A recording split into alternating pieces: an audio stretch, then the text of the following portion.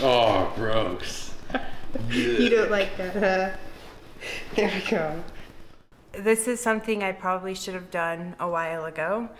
And I've been telling you guys that I wanted to write about it, and every time I've tried to write about it, I can't. It's the first time in my life I'm unable to convey something through writing. So obviously, if you follow me on Instagram, you've noticed I've lost probably about close to 40 pounds over the last year, and that I've been really vaguely talking about health issues, and that I've been posting old pictures of myself because I'm very uncomfortable with what I look like right now, and I feel like I'm, you know, trapped in a body that's not mine. So there's a bunch of backstory, but before I get to the backstory, I'm just gonna kind of basically explain what happened last year, and then explain, I'll get into it. I don't really, sorry, this is really hard for me. So basically, we got home from South Africa about exactly a year ago. And when we got home, I was throwing up every night, and I couldn't keep any of my food down. So obviously the immediate scare was that I caught something in Africa, so I called my GP, and by the time I had gotten in to see her, I had lost 10 pounds. So me losing 10 pounds at 165 pounds was not a big deal. I do fluctuate between, you know, 165, 155. And I also knew that it came off from lots of vomiting, diarrhea, stuff like that. So obviously that we did all, like, you know, the blood work and the stool samples and all of that really gross stuff to rule out anything serious that I could have caught there. We ruled out parasites. We did, you know, several tests. We retested we cleared me for anything serious that I could have caught there. So once we had realized that it was nothing I had caught in Africa, it was a little confusing because the coincidence of that was just strange. You get home from a foreign country and you get super, super sick, and then you find out it's not from being in that foreign country. It's, you know, rare to wrap your head around. So at that point in time, my GP thought that it might be my gallbladder. And I'm one of those people who I'm very, like, accepting of things right away, and, like, I'm accepting of, like, the immediate thing. And I tend, you know what I mean, how I am. Instead of, like, let's get a second opinion, it's like, okay, this is it, and this is what it is, and let's just accept it and deal with it. Like, and I think that has to do with me being an addict alcoholic, like the whole denial thing. I just tend to get a diagnosis and be like, all right, this is it, and, like, we're just gonna deal with it, and this is what it is. That's an exhausting way to be, because as I was getting told, it was one thing after another for the entire year of 2017. I was just emotionally drained because I would think I'd have an answer about what was happening to my body, and then I wouldn't. And then I would think I would have something, and then I wouldn't have an answer. And so I emotionally destroyed myself over the course of the year, having no idea what was happening to my body. So essentially that's kind of what happened. And as we went down the list of things it could be, it was, you know, it was one thing being ruled out after another.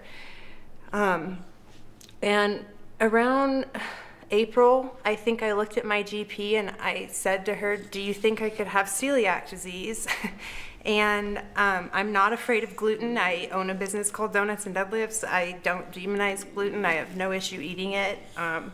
But the symptoms and the stuff I was going through, nausea, diarrhea, weight loss, irritability, vomiting. I was unable to keep food down. My skin's never looked worse.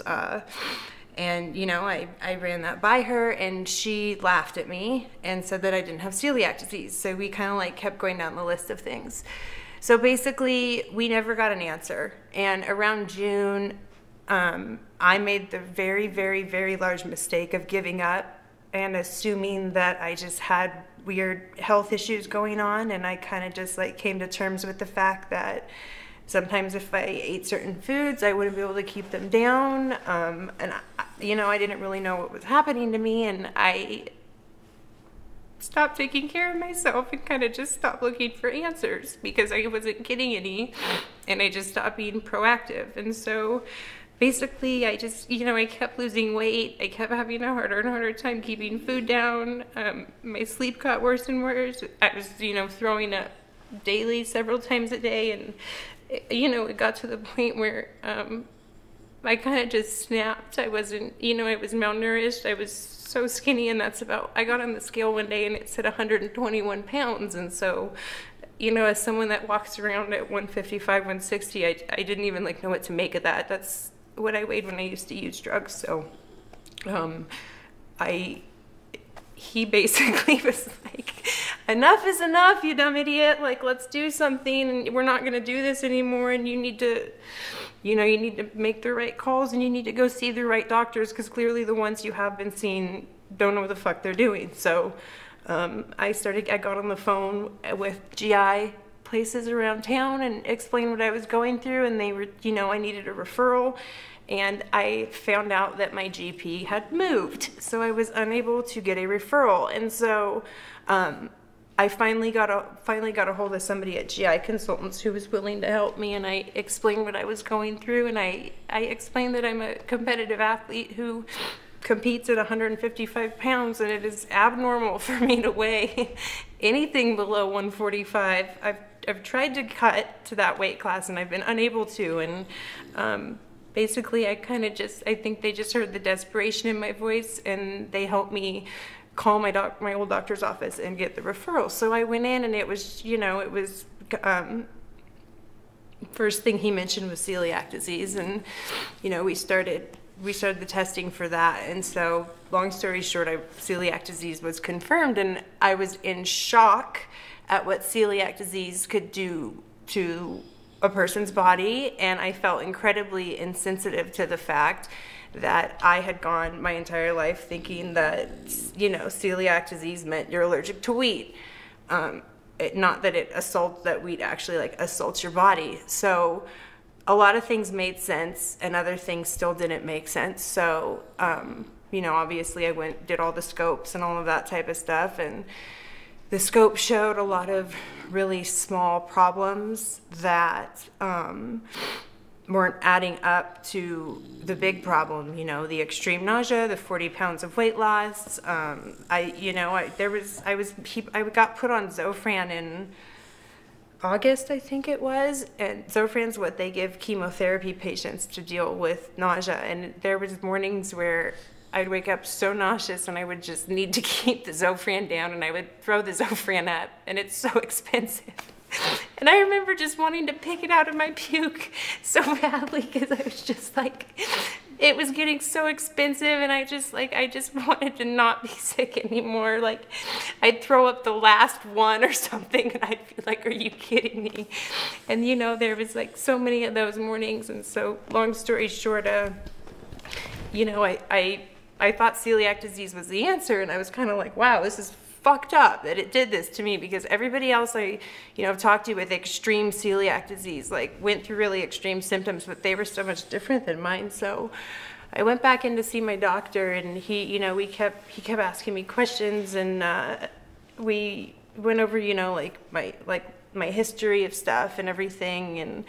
And basically the biggest concern through this entire thing is that all of the food I was throwing up, a lot of it was undigested, from days before.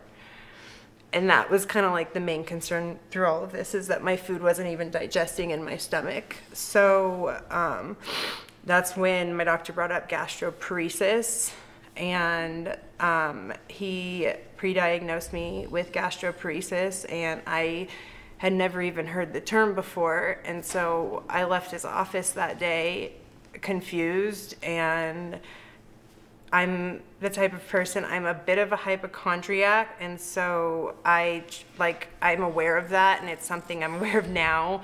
6 or 7 years ago, it was a really big issue. But so what I do is I don't investigate things anymore, because I just tend to work myself up.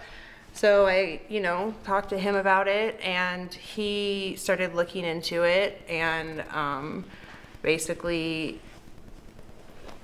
that's, how we learned about my disease. And then I started, doing more and more research, and I sought out the help of Rob Wolf, who has been a huge help up until what happened recently. And, you know, it's not a common thing. There's not a lot of medication for it yet. There's studies for it, and basically gastroparesis is just your stomach nerves or muscles are paralyzed, so they no longer can work to break down the food in your stomach. So you're very limited as to what you can eat. Fat, vegetables, and then on top of that, I can't have gluten. So I can't have the easy digestible stuff. So, and now we need to get into the backstory, because I'm 29 years old, and most people get diagnosed with celiac disease quite a bit younger. So obviously, as I got like these answers as to why I had been so sick for so long, it's like, it seemed like it came out of nowhere. But the more I thought about it, it didn't, because in July of 2016, I made the choice for moral reasons, to become a vegan, and that I no longer wanted to eat meat. And what that meant is I replaced most of my meat sources with vegan meat sources, which are made out of gluten. So I went from eating minimal gluten, not because I've demonized it, but it has never been a staple in my diet aside from donuts, to a diet consisting heavily of gluten. And so there's gonna be people watching this who are unintelligent, who want to say, oh, you're a vegan who gave yourself celiac disease. No, it does not work that way. Like, please don't be that person, and understand that I had celiac disease prior to that.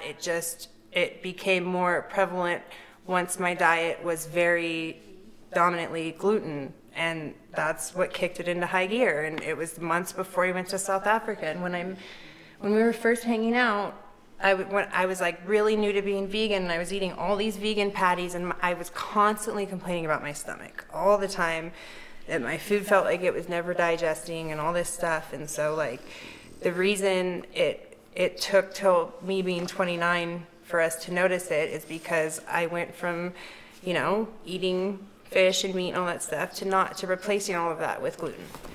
And so that is why my body basically shut the fuck down. Well, even when we first started hanging out, I think there were gastroparesis tendencies there as well. Mm-hmm. You know, like peanuts.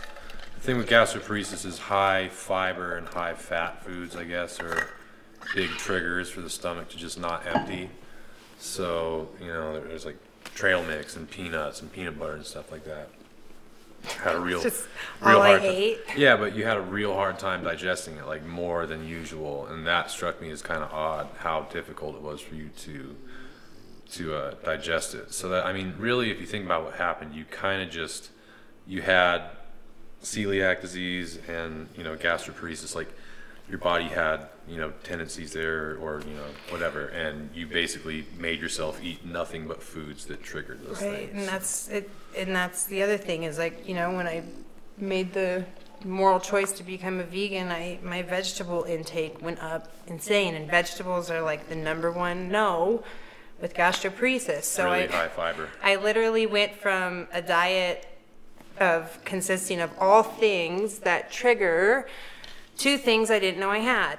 And it fucked me. Like, I would literally wake up at like 2 or 3 in the morning dry heaving, and I would like literally have to crawl to the toilet, and then, you know, like just throwing up for hours every morning. So then that was affecting my sleep, and then like I was angry, I was mad, I didn't know, you know, like before I got the diagnosis, like August and September, I was a bitch. You know, I said, like, I was being mean to people I cared about. I was like snapping at people. I was, you know, I was not being me, and I was aware of it, and I was trying so hard to not be that way, and I couldn't help it. And, you know, I was aware of it, and I was trying so hard. And then once I got the first diagnosis, it was like confusing, because I like thought I had an answer, and then in my head it was like, okay, well, I just stop eating wheat and then I'm better. I wish it was that fucking easy. Like, I'm still so fucked up from it despite getting diagnosed in September, and you know, I haven't touched it, but it's like we still find it in this or that, or I, you know, like I live with people who eat gluten or we eat out or stuff like that, and so it's really hard because it seems like right when I get the celiac disease thing figured out, something gets really fucked up with the gastroparesis, and then right when I get that figured out, something gets really fucked up with the celiac disease, and it feels like it's just like, I'm just gonna call it lesson after lesson, because that's what it feels like. We're just learning from it, and but it's just been really hard because what it's been doing to me up here, I just, the reason I'm making this video is because I feel like if I don't, I just feel like everything I post anywhere, I feel like a fraud. I'm a fucking mess, and I'm a mess at work a lot of the time, and you know, like I'm really thankful that all of my best friends work for me, and they just let me be a mess. They let me cry, they let me be sad, and then they let me be happy 5 minutes later because I'm all over the place, and so this is what I'm like most of the time right now. You know, every day there's a meltdown, and I don't feel right continuing to be the person you guys all love me for being, if you guys don't know that this is also me right now, because it's like a lot of pressure, because I feel like it's my duty to help people, and I'm so hyper focused on helping all of you. I'm not helping me, and I'm not taking care of myself, and I'm working too much, and you guys keep supporting me. You guys keep buying donuts and deadlifts. Hello, you guys keep donating to Reps for Recovery, and you know, you keep joining Black Iron Nutrition and commenting on everything and showing your support, and it's the right thing to do to let you guys know that I'm not okay right now, and mentally or physically, and I had a really bad scare on Tuesday night, and now we need to see a neurologist because we had something scary happen with my brain, and we're not entirely sure what it was, so we're assuming and hoping it's related to my physical health. But what I've been doing the past 4 months is masking all of the health problems with work. You know, some people overtrain, some people, you know, we all have our ways of dealing with things, and my way of dealing with this is by working too much, and it's weighing really heavily on me, physically and mentally, and all of them. They have to, you know, they have to see this, and you guys don't see this, and I just, it's the right, fair thing to do to let you guys know that I'm physically recovering very slowly because I'm still learning about both, and I still am waiting on some answers, and I can't keep being this person on the internet when I don't feel like that most of the time. So even though I'm still going to be like that, I do want to show you guys what I'm going through right now and my recovery process with it, because you know, I do suffer from mental illness, and I don't take it lightly, and me not taking care of myself physically has been affecting my mental health, and yeah, I just felt like it was the right thing to do to show you guys exactly what I went through and where I'm at, and yeah, I really want to share my recovery process too, and I want to share, you know, what Rob's helped me do, and I want to keep you guys in the loop with everything that's going on, because I know you guys care, because you leave 2,000 comments on the post I make about it, and that was enough for me to be like, wow, okay, plenty of people give a shit, and it's all the people that are directly responsible for, you know, my livelihood, and I owe it to you guys to explain what is going on with me, as you guys have continued to support me through all of this, so I really appreciate it, and this was kind of all over the place, and I hope it was worth a shit. I don't even remember what I said. think you covered all the bases. I don't know. I mean, we're definitely moving forward with it. It's just the medical process is not the fastest, you know. So pretty much as soon as we have answers, you guys will know. But what we know as of now, I think Chrissy's pretty much laid it all out there. Yeah,